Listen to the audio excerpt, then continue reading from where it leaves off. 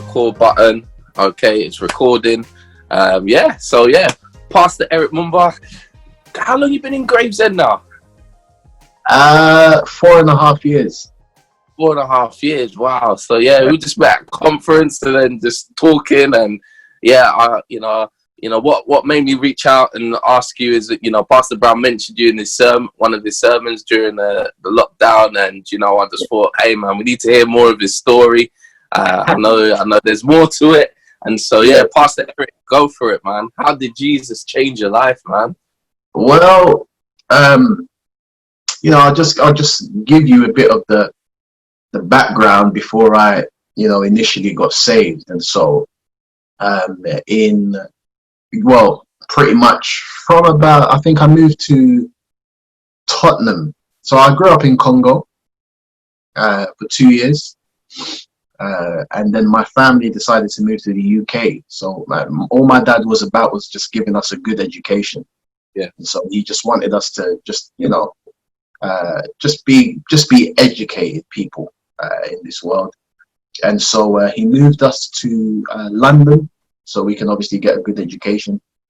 And that was the aim, up until maybe I'd say from the year 2000.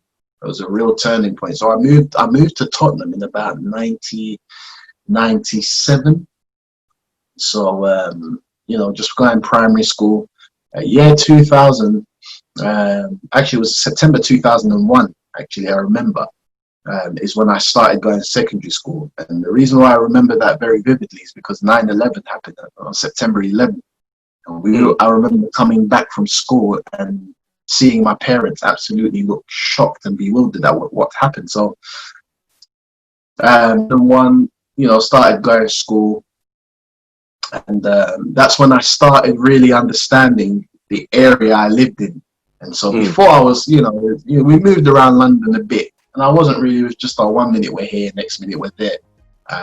But at around 2001, I began to realize, man, this area, whenever I go to school and people say, where are you from? And I was to say Broadwater Farm, which is an estate in Tottenham, people would be like, oh, you're from there. And everyone would have this almost like this fear, it's like, oh, you're from there. And automatically it got you a rep and a respect.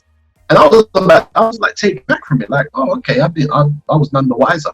And so I eventually just thought, right, I'm gonna ride on this, And so it gave me absolute huge rep in secondary school.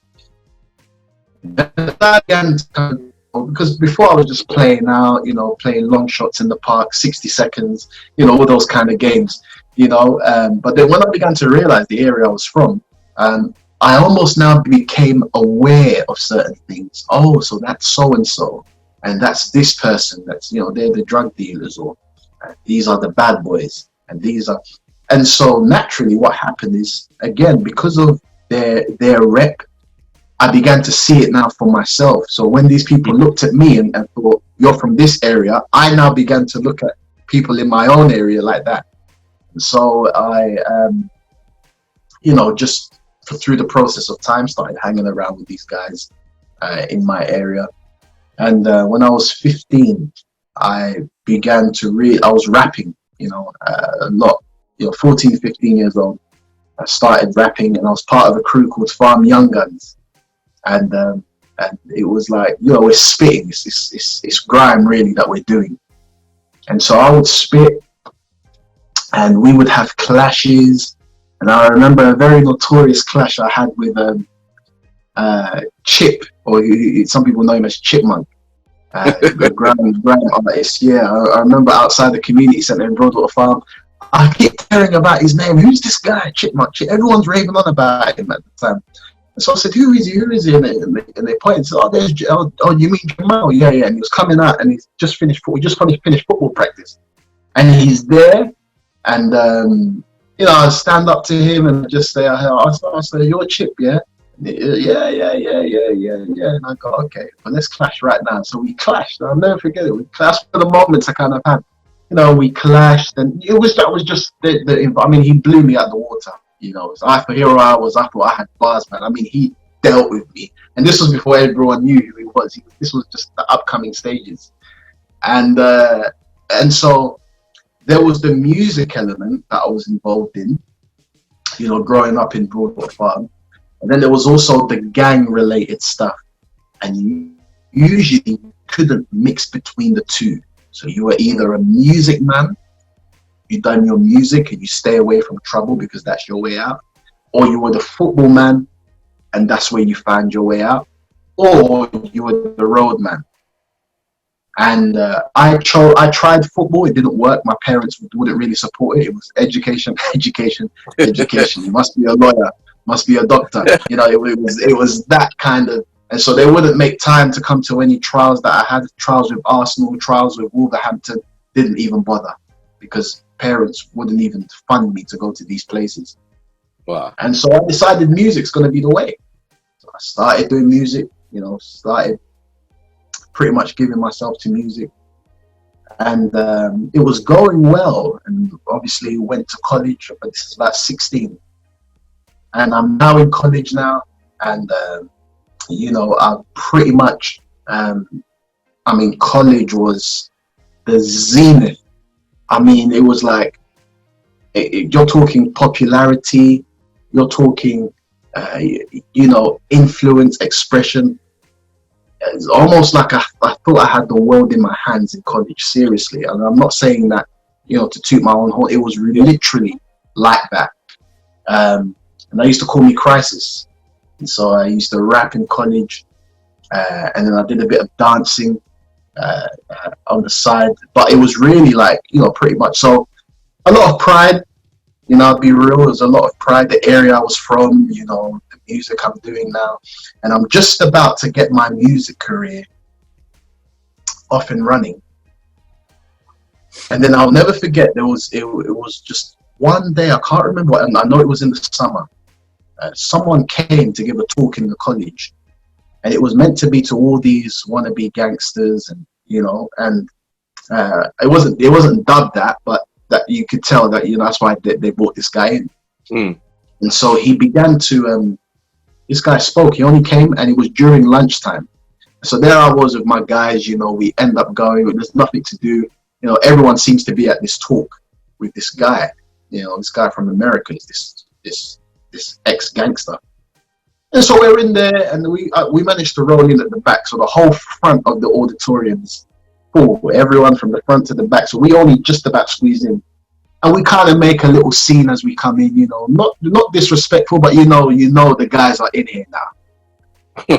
So we're there, we're now in the back.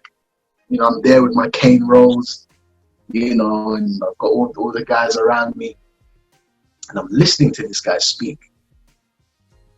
And all I remember him saying was, he died twice. And he kept talking about this experience about him dying twice, and he used to be this gangster, and he's lifting up his hands, he's showing the scars, and he's saying, he goes, "You guys think you're bad?" And he's looking at the back, and he's looking directly to me, because he's obviously seen that we've come in late, and we're probably the guys that he's been waiting to speak to, the bad college kids. And so he goes, "You think you're tough?" But he's speaking generally, but when you can tell someone's made a beeline for you. So you think you're tough? He goes, "Look at these scars. That's when I got shot.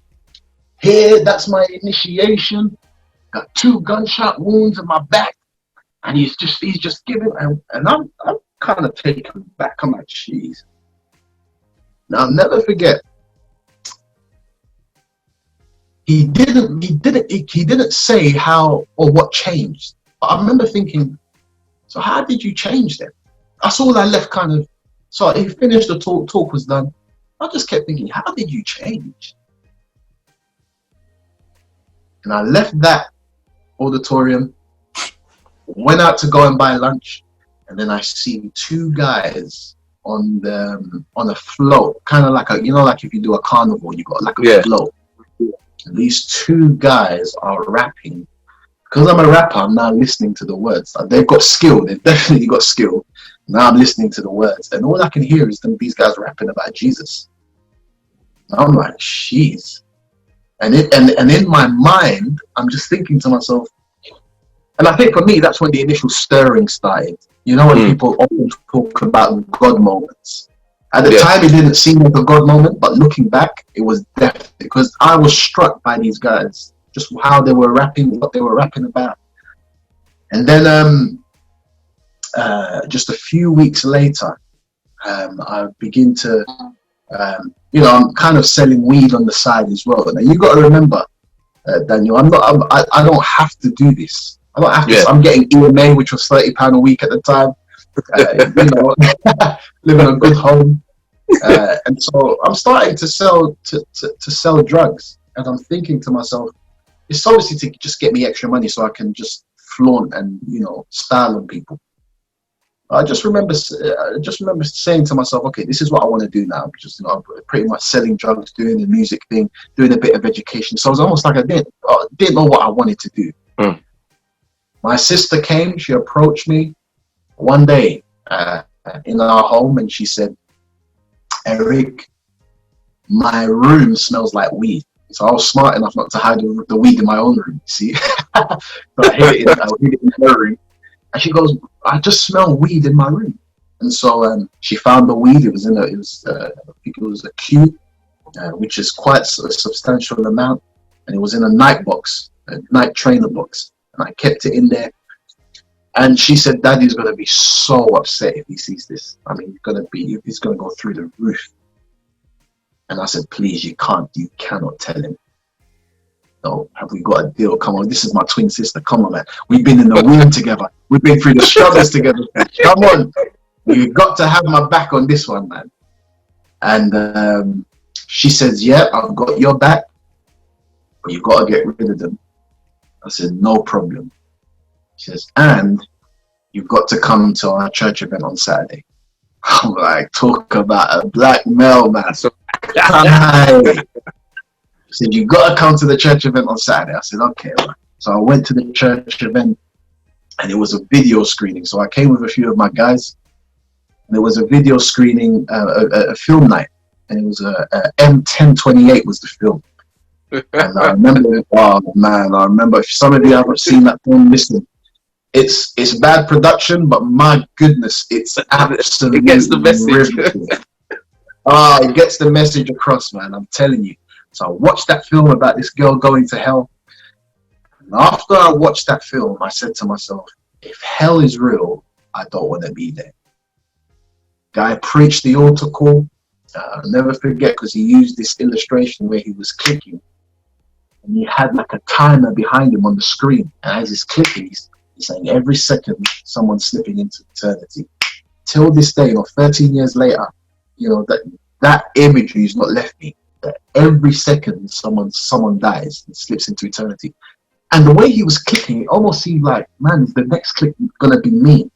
Whether I go home tonight, on my way home, or the way I'm living as well. I'm kind of doing the drugs things, and we've got some gang rivalry with Wood Green, and I'm just thinking, man, could this be me? And I thought, man, if this is me on my way home, I could die tonight and slip into eternity and go to exactly the same place. And it's almost like God is trying to warn me. That's the first thing I thought.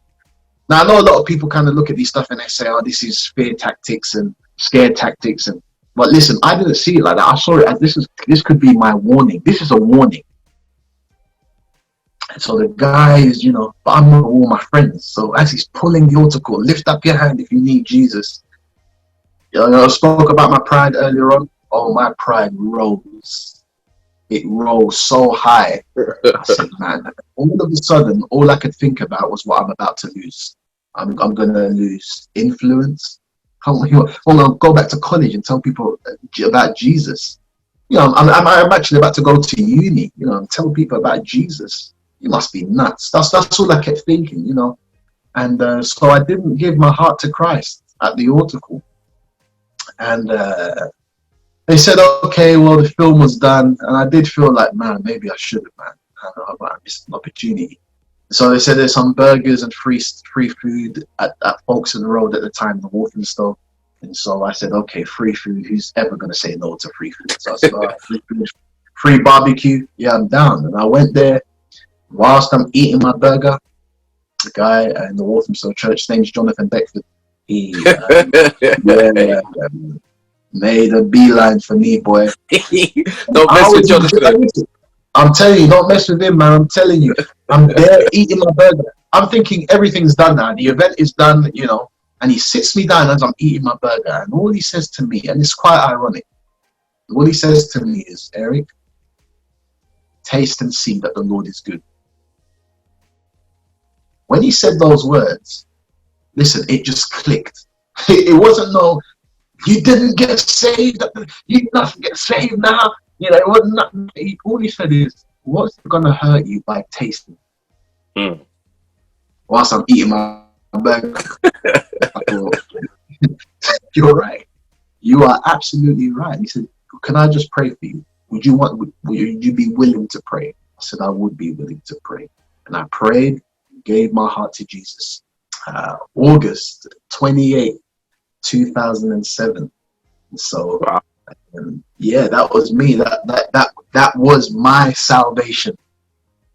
And it's been a you know, from 2007 to 2010, I went off to uni and spent the time up in Leicester. I'm not sure. Do you want me to continue on, or do you know? Hey, continue, man. Yeah, continue. Yeah. All right, yeah. So, 2007 to 2010, I spent 3 years in Leicester. So when I got saved in August, it was pretty much the summer holidays. So I know I'm off to uni. So it's now gonna be a real challenge, because now I'm going to another city. And I said I'm going to Leicester. Went to Leicester. My sister gave Pastor Brick at the time, gave him my details. Actually gave me his details to get in contact. Got to Leicester, didn't even bother contacting him. Now, I'm enjoying this fresh sphere, boy. I'm gonna get my groove on. And so I'm there. And the Sunday morning, get a knock on my door. It's the brothers from Leicester, Tissan, Eric, Brian. And that was my introduction to the Leicester church. Leicester, I would say, is probably where most of my, no, I wouldn't say most, the most critical parts of my faith happened in Leicester. That's when I became a disciple. You know, I'm now, you know, serious now. You know, it wasn't just a decision. I'm now a disciple. And I remember Leicester was just, you know, phenomenal time. Grew so much, enjoyed it. 2010, big decision to make. Do I go back to Walthamstow? Do I stay in Leicester? And I must be real, I was so close to staying in Leicester.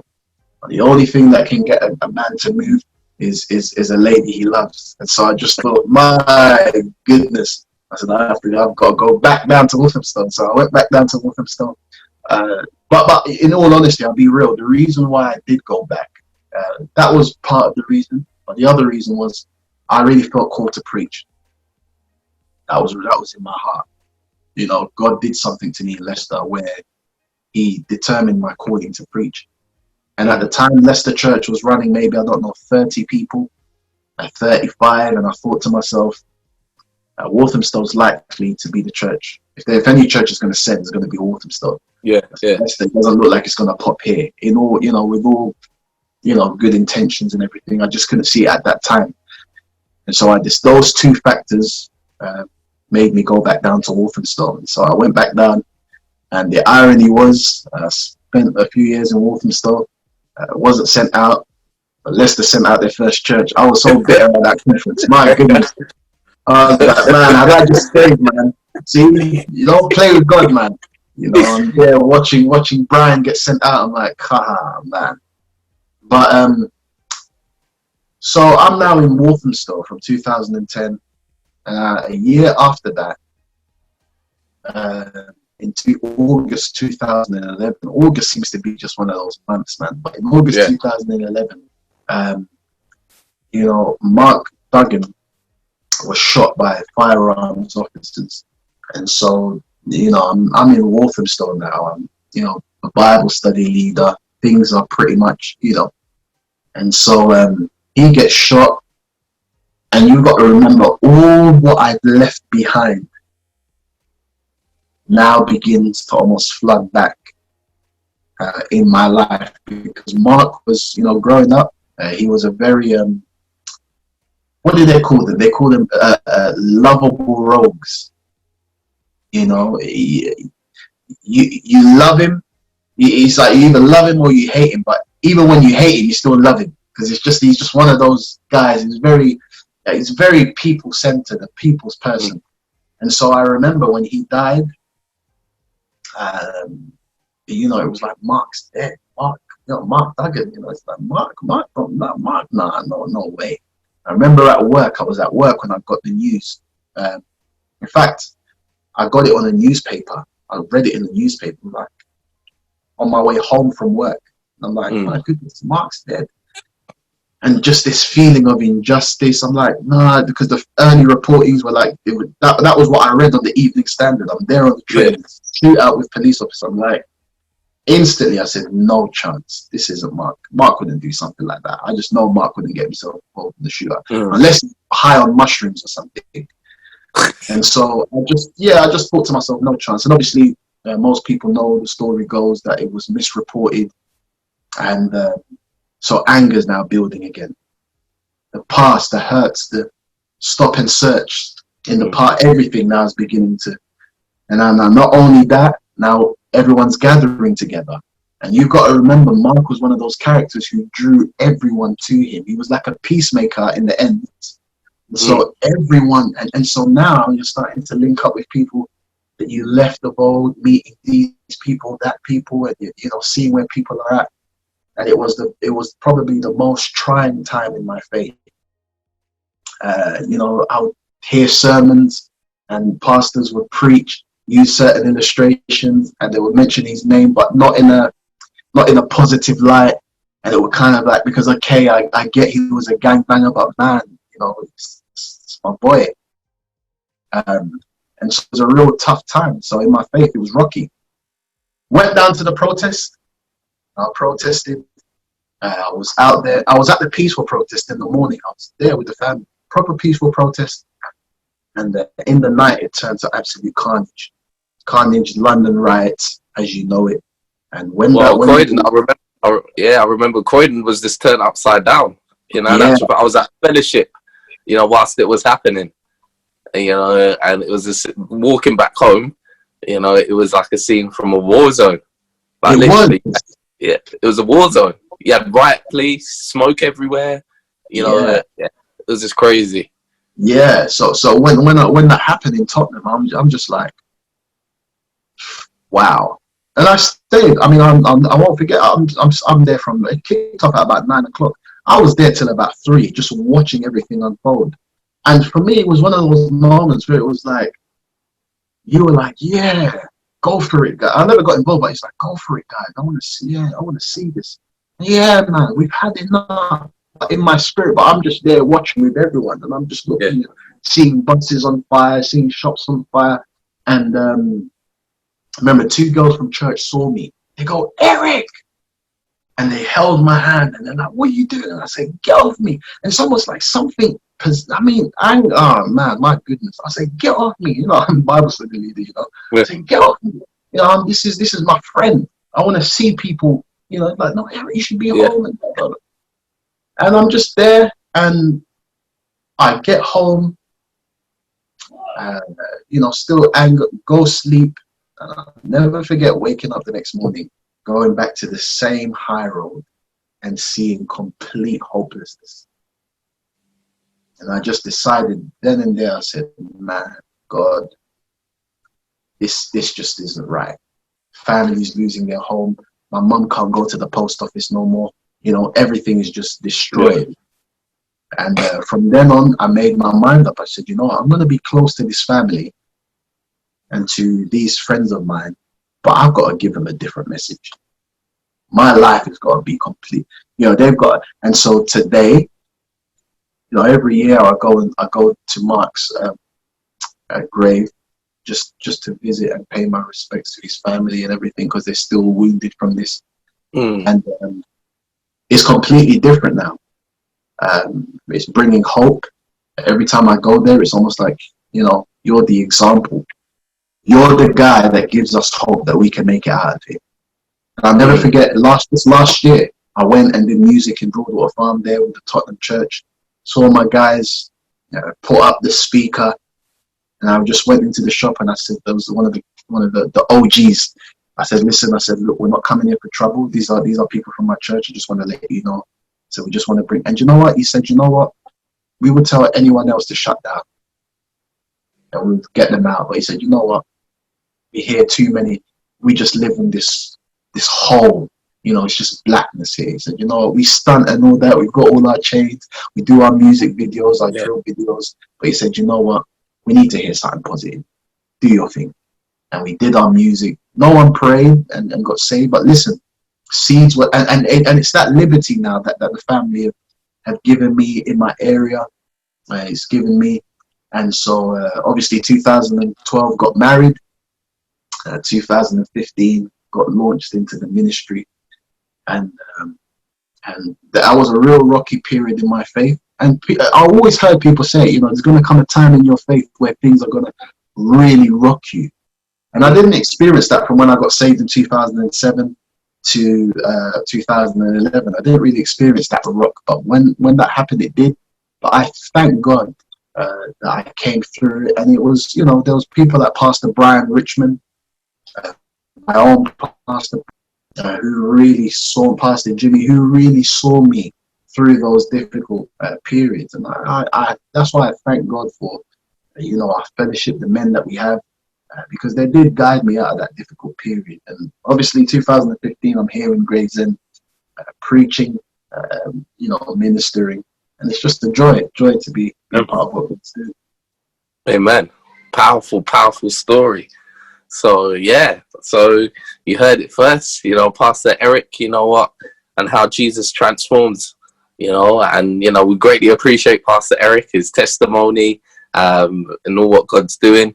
And so I say on every video, every pastor, I speak to, we're going to have him come preach, in Birmingham, most definitely. So, it's really, I really appreciate your time, and we're going to give you time to prepare for tonight. So if you got to go over your notes, but no, I really do appreciate you telling us a story. And you know what? If someone hears that message, they're definitely going to get hope from it. Definitely. Amen. Well, I thank you for the opportunity to share it. So really do thank you for your time, and obviously anyone that's listened or is listening or is going to listen, thank you for your time. And I do hope that you really do give your heart to Jesus, because we're living in the last days, and we need Jesus. Amen. Amen. Bless you, Eric. All right. God bless. All right. God bless you. All right. Take care. All right. Bye. Take care. Bye-bye.